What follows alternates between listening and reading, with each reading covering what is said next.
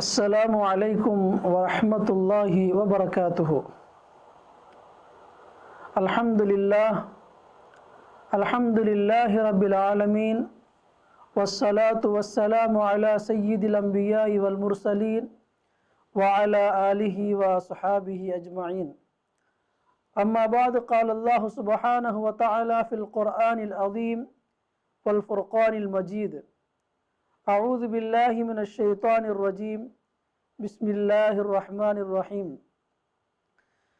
ولما سكت عن موسى الغضب أخذ الألواح وفي نسختها هدى ورحمة للذين هم لربهم يرهبون. صدق الله العظيم. புகழும் புகழ்ச்சியும் ஏக வல்லவனம் அல்லாஹ் ஒருவனுக்கே உரித்தாகுக. சலாத்தும் சலாமும் நமது உயிரினும் மேலான கண்மணி நாயகம் ஸல்லல்லாஹு அலைஹி வஸல்லம் அவர்கள் மீதும் அன்னாரின் உம்மத்தினர் அனைவர்கள் மீதும் அல்லாஹுடைய அருளும் அன்பும் என்றென்றும் நிறைவாக உண்டாவதாக. புனிதமான இந்த ரமலானில் இறங்குகின்ற அனைத்து ரஹ்மத்துகளையும் அடைந்து கொள்ளும் பாக்கியத்தை அல்லாஹ் நம் அனைவருக்கும் வழங்கி அருள்வானாக. ஆமீன். கண்ணியத்திற்கும் பெரும் மதிப்பிற்கும் உரிய அல்லாஹ்வின் நல்லடியார்களே, அல்லாஹ் ஜல்ல ஷானுஹு தஆலா பெருமானார் ஸல்லல்லாஹு அலைஹி வஸல்லம் அவர்களது சமூகமாகிய நம்மை மற்ற சமூகங்களை விட எல்லா வகையிலும் நிறைய பாக்கியங்களை வழங்கி, தன்னுடைய விசேஷ அருளை வழங்கி, தன்னுடைய உதவியை கொண்டு நம்மை கண்ணியப்படுத்தி இருக்கிறார். அல்லாஹு தஆலா தன் திருமறையில் நபி மூசா அலைஹிஸ்ஸலாம் அவர்களை பற்றி பல இடங்களில் குறிப்பிடுகிறான். அதில் சூரத்துல் அஅராஃப் 154வது வசனத்தில் وَلَمَّا سَكَتَ عَنْ مُوسَى الْغَضَبُ أَخَذَ الْأَلْوَاحَ وَفِي نُسْخَتِهَا هُدًى وَرَحْمَةٌ لِلَّذِينَ هُمْ لِرَبِّهِمْ يَرْهَبُونَ. மூசாவுக்கு கோபம் அடங்கிய போது அவர் அந்த பலகைகளை எடுத்தார். அதன் பிரதியில் தம் இறைவனை பற்றி அஞ்சுபவருக்கு நல்வழியும் நல்லருளும் இருந்தன என்று அல்லாஹ் குறிப்பிடுகிறார். இந்த வசனத்திற்கு விளக்கம் தருகின்ற கதாதா ரஹிமஹுல்லா அவர்கள் ஒரு முறை மூசா அலைஹிஸ்ஸலாம் அவர்கள் அல்லாஹ்விடம் உரையாடுவதற்காக தூர் சீனா மலைக்கு சென்றிருந்த போது சில வாக்கியங்கள் எழுதப்பட்ட ஒரு பலகையை அல்லாஹ் தஆலா அவர்களுக்கு வழங்குகிறார். அதில் அவர்கள் சமுதாயத்திற்கு சில சட்டத்திட்டங்களும் சில உபதேசங்களும் இன்னும் சில முக்கியமான விஷயங்களும் பதியப்பட்டிருந்தன. இதை மூசா அலைஹிஸ்ஸலாம் அவர்களிடம் வழங்கிய அல்லாஹ், மூசாவே, தாங்கள் என்னை சந்திக்க வந்த பிறகு தங்களுடைய சமூகத்தார் ஒரு காளை கன்றை தன்னுடைய இறைவனாக வணங்கி கொண்டிருக்கிறார்கள் என்ற செய்தியையும் அல்லாஹ் தெரிவிக்கிறார். இதை கேள்விப்பட்ட மூசா அலைஹிஸ்ஸலாம் அவர்கள், அங்கிருந்து கோபத்தோடு திரும்பிய மூசா அலைஹிஸ்ஸலாம் அவர்கள் தன்னை பின்பற்றிய மக்கள் ஒரு காளை கன்றை வணங்கி கொண்டிருப்பதை பார்த்து அல்லாஹ்விற்காக தன் சமூகத்தார் மீது கோபம் கொண்டவர்களாக அல்லாஹ் வழங்கிய அந்த பலகையை கீழே தூக்கி போடுகிறார்கள். அது உடைந்து நொறுங்குகிறது. பிறகு அல்லாஹு தஆலா மூசா அலைஹிஸ்ஸலாம் அவர்களுடைய கோபம் தணிந்த பிறகு என்ன நடந்தது என்பதைத்தான் நான் தாங்களுக்கு முன்னால் ஓதி காண்பித்த வசனத்திலே குறிப்பிடுகிறான். பிறகு மூசா தன்னுடைய கோபம் தணிந்த பிறகு உடைந்து போன அந்த பலகைகளை எடுத்து பார்த்தார். அதிலே அவர்களுக்கென்று நிறைய உபதேசங்களும் நல்ல விஷயங்களும் இருந்தன என்பதாக அல்லாஹ் குறிப்பிடுகிறான். அதிலே பதியப்பட்ட சில விஷயங்களில் முதலாவது ஒரு வாசகம் இருந்தது, இவ்வுலகில் ஒரு சமூகம் தோன்றும், அவர்கள் இவ்வுலகில் தோற்றுவிக்கப்பட்ட சமூகங்களில் மிகச்சிறந்த சமூகம், அவர்கள் மக்களுக்கு நல்லதை ஏவி தீமையை விட்டு மக்களை தடுப்பார்கள். இந்த வாசகத்தை பார்த்த மூசா அலைஹிஸ்ஸலாம் அவர்கள் ஆர்வத்தோடு, யா அல்லாஹ், இவ்வளவு சிறப்புமிக்க அந்த பாக்கியத்தை என்னுடைய சமுதாயத்திற்கு கொடு, அவர்கள் என்னுடைய சமுதாயத்தை சார்ந்தவர்கள் தானே என்று அல்லாஹ்விடத்திலே கேட்ட பொழுது அதற்கு அல்லாஹ், இல்லை இல்லை, அவர்கள் இவ்வுலகில் இறுதியாக வரக்கூடிய அஹ்மது ஸல்லல்லாஹு அலைஹி வஸல்லம் அவர்களின் சமூகம் என்று பதில் கூறுவான். பிறகு இரண்டாவது வாசகத்தை பார்க்கிறார்கள், என்னுடைய நபிமார்களில் ஒரு சமூகம் உண்டு, அவர்கள் இவ்வுலகில் இறுதியாக வருவார்கள், நாளை மறுமையில் சொர்க்கத்தில் நுழைகின்ற பொழுது முதலாவதாக நுழைவார்கள். அந்த வாசகத்தை பார்த்த மூசா அலைஹிஸ்ஸலாம் அவர்கள் ஆர்வத்தோடு, யா அல்லாஹ், இது எனக்கு வழங்கப்பட்ட சமூகம் தானே, அவர்களை என்னுடைய சமூகமாக ஆக்கிவிடுவே என்று அல்லாஹ்விடத்திலே கேட்க அதற்கு அல்லாஹ், இல்லை இல்லை மூசாவே, அவர்கள் இவ்வுலகில் இறுதியாக வரக்கூடிய அஹ்மது ஸல்லல்லாஹு அலைஹி வஸல்லம் அவர்களுடைய சமூகம் என்று பதில் கூறுவான். பிறகு மூன்றாவது வாசகத்தை பார்க்கிறார்கள், இவ்வுலகில் ஒரு சமூகம் தோன்றும், அவர்களுக்கு வழங்கப்படும் வேதம் அவர்களின் உள்ளங்களில் பாதுகாக்கப்படும், அவர்கள் அதனை மனனம் செய்து பாதுகாத்துக் கொள்வார்கள். இப்படி வேதங்களை உள்ளத்தால் பாதுகாக்கின்ற வாக்கியம் இதற்கு முன்பு எந்த சமூகத்திற்கும் வழங்கப்படவில்லை என்று பதியப்பட்டிருக்கும். அந்த வாசகத்தை பார்த்த மூசா அலைஹிஸ்ஸலாம் அவர்கள் ஆர்வத்தோடு, யா அல்லாஹ், இது எனக்கு வழங்கப்பட்ட சமூகம் தானே, அவர்களை என்னுடைய சமூகமாக ஆக்கிவிடுவே என்று அல்லாஹ்விடத்திலே கேட்க அதற்கு அல்லாஹ், இல்லை இல்லை, அவர்கள் இவ்வுலகில் இறுதியாக வரக்கூடிய அஹ்மது ஸல்லல்லாஹு அலைஹி வஸல்லம் அவர்களுடைய சமூகம் என்று பதில் கூறுவான். பிறகு நான்காவது ஒரு வாசகத்தை பார்க்கிறார்கள், இவ்வுலகில் ஒரு சமூகம் தோன்றும், அவர்கள் முந்திய பிந்திய அனைத்து வேதங்களின் மீதும் ஈமான் கொள்வார்கள், அல்லாஹுவால் இறக்கப்பட்ட அனைத்து வேதங்களையும் ஏற்றுக்கொண்டு உண்மைப்படுத்துவார்கள்.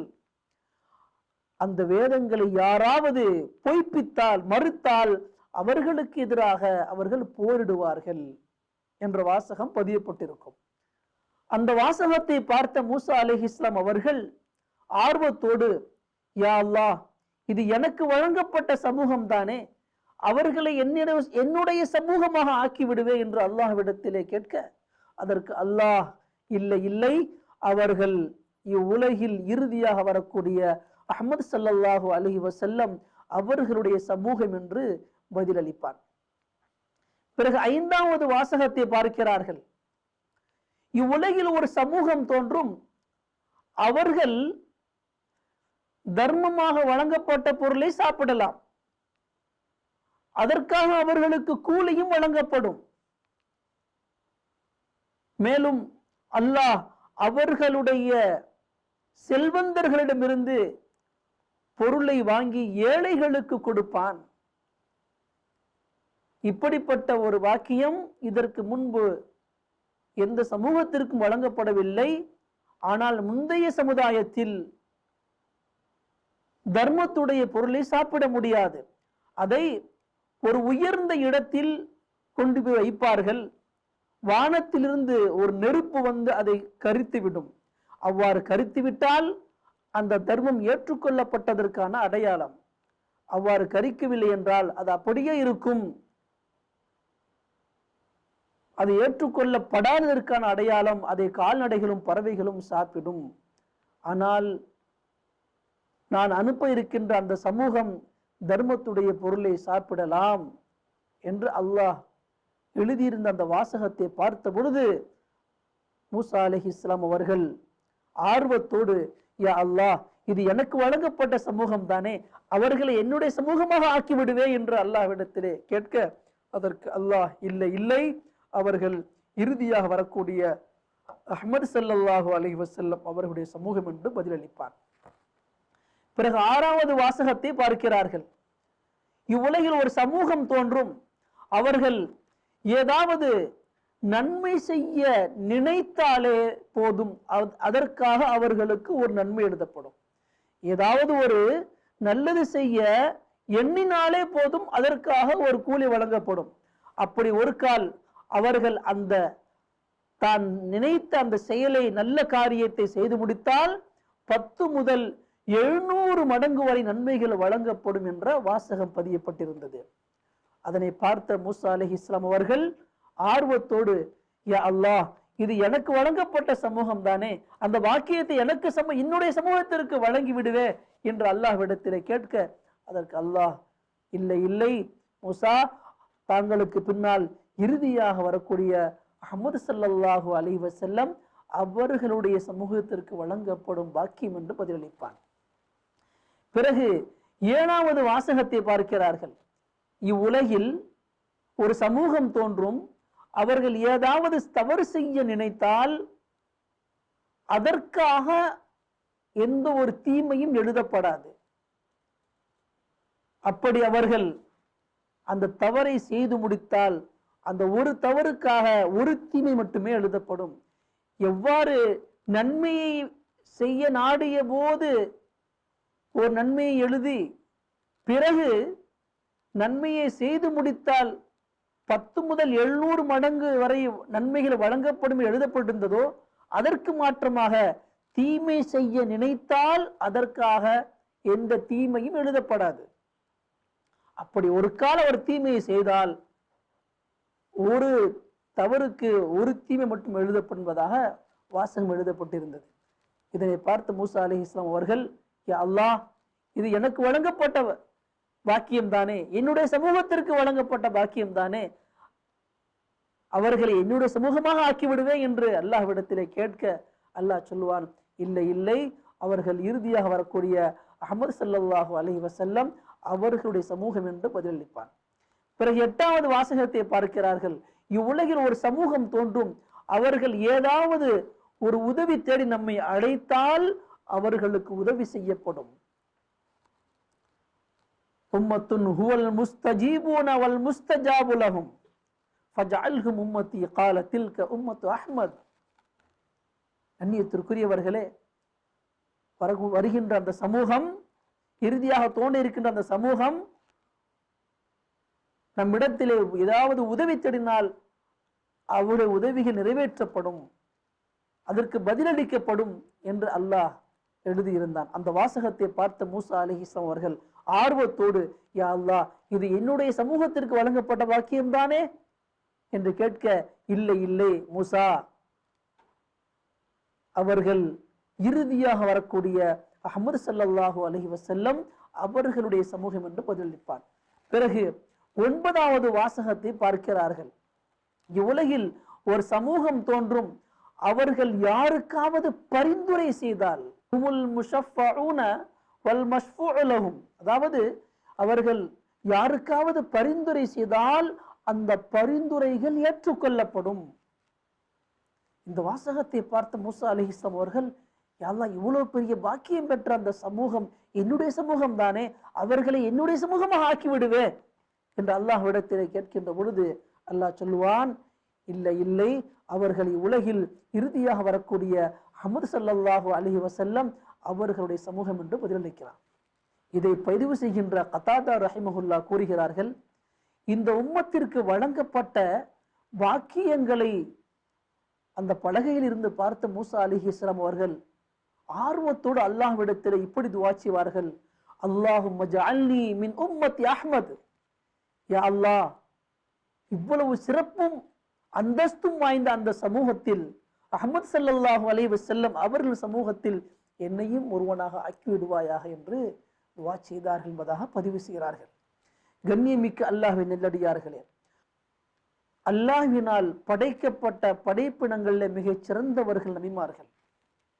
இவர்கள் அல்லாஹு தாலா தன்னுடைய பிரதிநிதிகளாக இவ்வுலகில் அனுப்பி வைத்தானோ அப்படிப்பட்ட நபிமார்கள் ஒருவர் தான் மூசா அலைஹிஸ்ஸலாம் அவர்கள்.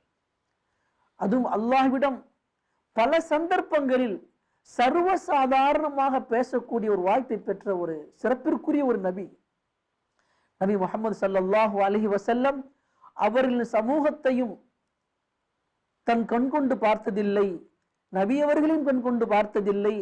அப்படி இருக்கையில் அவர்களுக்கு இன்னென்ன வாக்கியங்கள் வழங்கப்படும் என்று அல்லாஹ் எழுதியிருந்த அந்த வாசகத்தை பார்த்து, அந்த வரிகளை பார்த்து, என்னுடைய உம்மத்தையும் அதில் ஆக்கிவிடு, என்னையும் அதில் ஆக்கிவிடு என்று அல்லாஹ்விடத்தில் துஆ செய்கிறார் என்று சொன்னால் சற்று சிந்திக்க வேண்டும். நாம் எவ்வளவு பெரிய பாக்கியசாலிகள். ஒரு நபி அல்லாஹ்விடத்தில் கையேந்தி கிடைக்காத ஒரு பாக்கியத்தை நாம் எந்த ஒரு வேண்டுதலையும் வைக்காமல் அல்லாஹ் நமக்கு வழங்குகிறான் என்று சொன்னால் நாம் எவ்வளவு பெரிய சிறப்பிற்குரிய உம்மத்தில் நாம் வாழ்ந்து கொண்டிருக்கும்பதை சற்று சிந்தித்து செயல்பட வேண்டும். அன்றும் சிறப்பிற்குரிய சமுதாயமாக நாம் கருதப்பட்டோம், இன்றும் சிறப்பிற்குரிய சமுதாயம் கருதப்படுகிறோம். நாளை மறுமையிலும் அல்லாஹ்விடத்திலே சிறப்பிற்குரிய சமுதாயமாக முஹம்மது ஸல்லல்லாஹு அலைஹி வஸல்லம் சமூகம் இருக்கும் என்பதில் எவ்வித சந்தேகம் கிடையாது. அப்படிப்பட்ட சமூகத்தில் வசிக்கின்ற நாம் இந்த சமுதாயத்தின் கண்ணியங்களை உணர வேண்டும், மகத்துவத்தை உணர வேண்டும். பெருமானார் ஸல்லல்லாஹு அலைஹி வஸல்லம் அவர்களும் பல சந்தர்ப்பங்களில் இந்த சமுதாயத்திற்கு வழங்கப்பட்ட பாக்கியங்களை குறிப்பிட்டிருக்கிறார்கள். அல்லாஹு தாலா தனிப்பட்ட வாழ்க்கையிலும் நிறைய பாக்கியங்களை வழங்கி இருக்கிறான். ஆக கண்ணியமிக்க அல்லாஹ்வின் அடியார்களே, இந்த புனிதமான ரமலானில் அல்லாஹ் நமக்கு எத்தனை வாக்கியங்களையும் அருளையும் வழங்கி இருக்கின்றானோ, நிஅமத்துகளை வழங்கி இருக்கின்றானோ, அதை மனப்பூர்வமாக உணர்ந்து உள்ளத்தாலும் அல்லாஹ்வை நினைக்கின்ற நன்மக்களாக, திக்ராலும் அல்லாஹ்வை நினைக்கின்ற நன்மக்களாக அல்லாஹ் நம் அனைவரையும் ஆக்கி அருள்வானாக. ஆமீன். வாஹிரு தாவானா அனில் அல்ஹம்துலில்லாஹி ரப்பில் ஆலமீன். அஸ்ஸலாமு அலைக்கும் வரஹ்மத்துல்லாஹி வபரகாத்துஹு.